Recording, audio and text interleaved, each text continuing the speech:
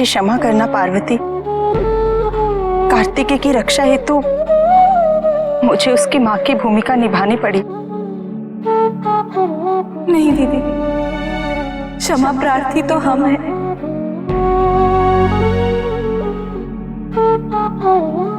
हमने आवेश में आके आपको श्रापित कर दिया, किंतु अब हम विवश हैं। हम अपना श्राप वापस नहीं ले सकते। गंगा,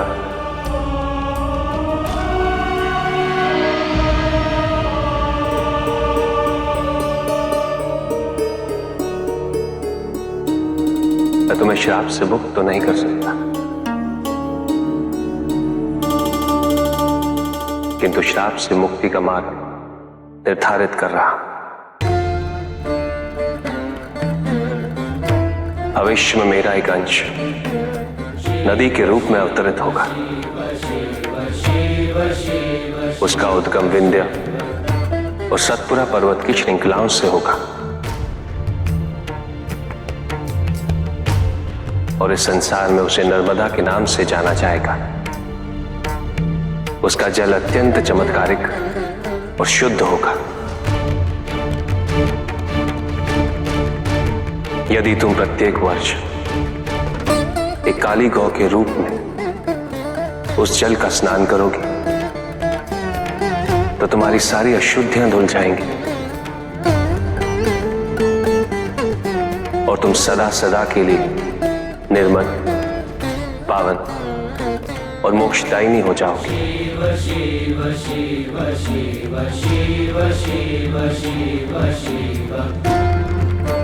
इस मार्ग को प्रशस्त करने के लिए मैं आपकी आभारी हूं महादेव।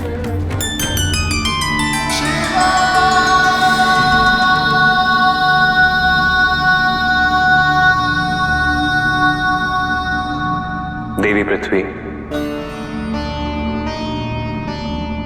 हमारे पुत्र के अवतरण में आपने एक महत्वपूर्ण योगदान दिया है। मैं आपको एक वरदान देता हूं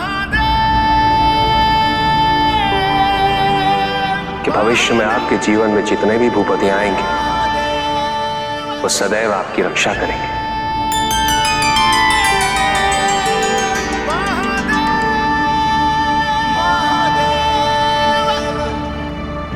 सभी देवतागण आपके पुत्र के दर्शन के लिए कृतिका लोक में पधारे हैं।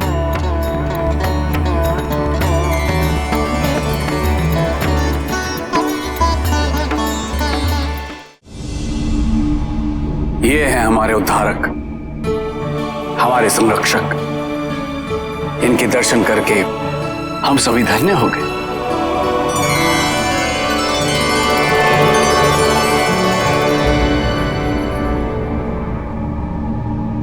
माता, मुझे अपने किए पर बहुत ग्लानि है। कृपया मुझे क्षमा कर दीजिए। हमने आपको और समस्त देवगण को अत्यंत कुपित अवस्था में श्राप दिया था।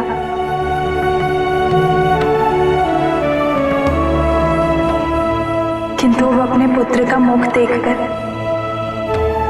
हमारा मन क्लेश मुक्त हो चुका है।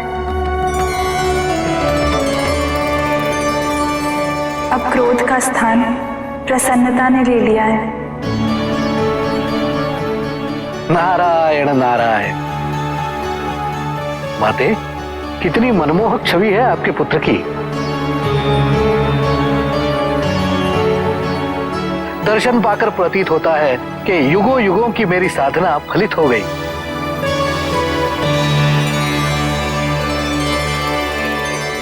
किंतु प्रभु, पुत्र को लेकर कैलाश कब लौटेंगे? समस्त गण शिवपुत्र के दर्शन हेतु ललायित हैं। कार्तिकेय के आगमन से सारा कैलाश हर्षोन्माद से चहक उठेगा।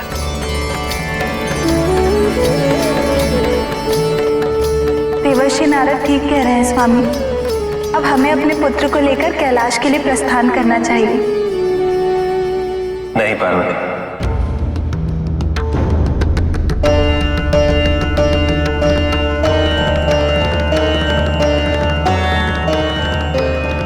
कार्तिकेय के कैलाश आगमन में अभी समय शेष है।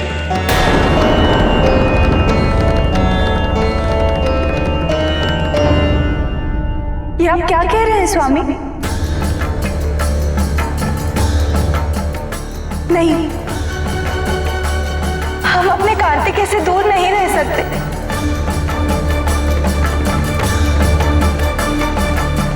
कदापि नहीं।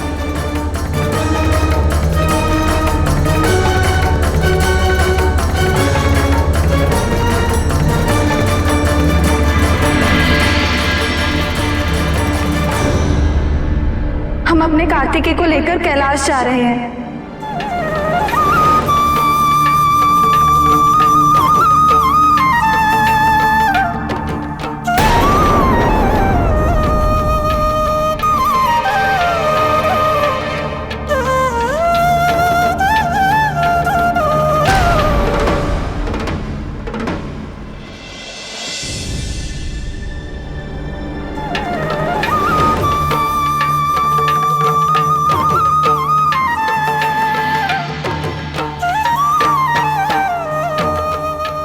रुक जाओ पार्वती।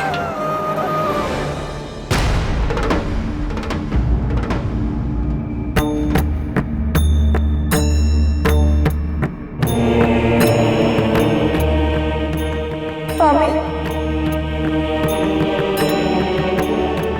क्या आप भी हमारी भावनाओं को नहीं समझते? नहीं पार्वती, ऐसा कदापि नहीं है।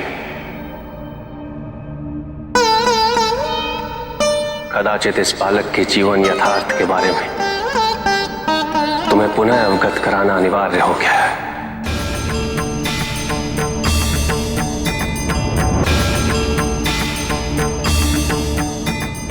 मत भूलो पार्वती, इस बालक का जन्म सृष्टि पे एक पूर्व निर्धारित घटनाक्रम के अनुसार हुआ है।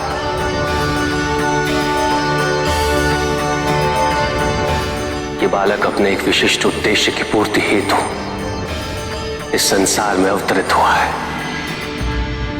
तो क्या हमारी मातृत्व की पूर्ति का कोई स्थान, कोई महत्व नहीं है पार्वती? अवश्य है, किंतु उससे सर्वोच्च उद्देश्य है जन कल्याण और संसार की रक्षा, जिसके लिए समस्त सृष्टि न जाने कितने कल्पों से प्रतीक्षा कर रही है। आप क्या सोचते हैं स्वामी? इसे एक बार अपने हृदय से लगा के, इसके बिना एक क्षण हमारे लिए कल्प से कम होगा। पार्वती, सब कुछ नियति के अनुरूप ही हो रहा है और ये सब कुछ हमारे पुत्र के ही हित में है। इसके प्रत्येक प्रवास ने इसके तत्वों को और भी सुदृढ़ कर दिया है, जो इसमें तुम्हारे और मेरी ऊर्जा से गर्भदान था।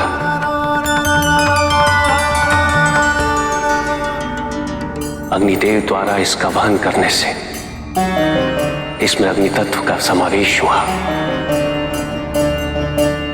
गंगा ने इसे अपनी निर्मलता, शीतलता और गति से अलंकृत किया। धरती के संपर्क में आने के पश्चात ये दृढ़ता और स्थिरता जैसे गुणों से सामर्थ्यवान हो। कृतिकायों द्वारा पोषित और रक्षित होना इसके प्रारब्ध में ही निहित था। इनके सानिध्य से ये प्रेम और ज्ञान की सूक्ष्मता से परिपूर्ण हुआ, क्योंकि ये कृतिकाएं स्वयं वात्सल्य, प्रेम और गुणों का प्रतिरूप है। मेरा तुमसे आग्रह है पार्वती,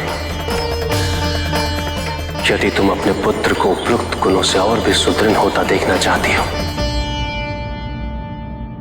तो इसे कुछ समय के लिए यहीं कृतिका लोक में छोड़ना अनिवार्य है। भविष्य में इसे जिस विशिष्ट उद्देश्य की पूर्ति करनी है, ये सभी गुण उसमें इसके सहायक होंगे।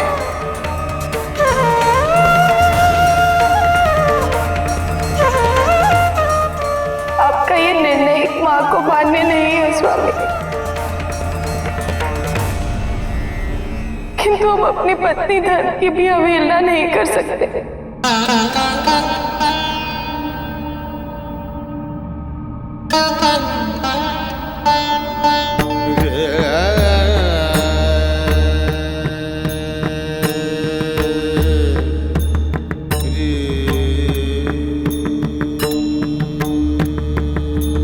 मैं तुम्हारे ममत्व की व्यथा से पूर्णतः अवगत हूं पार्वती, किंतु सृष्टि के कर्तव्य से ना मैं विमुख हो सकता हूं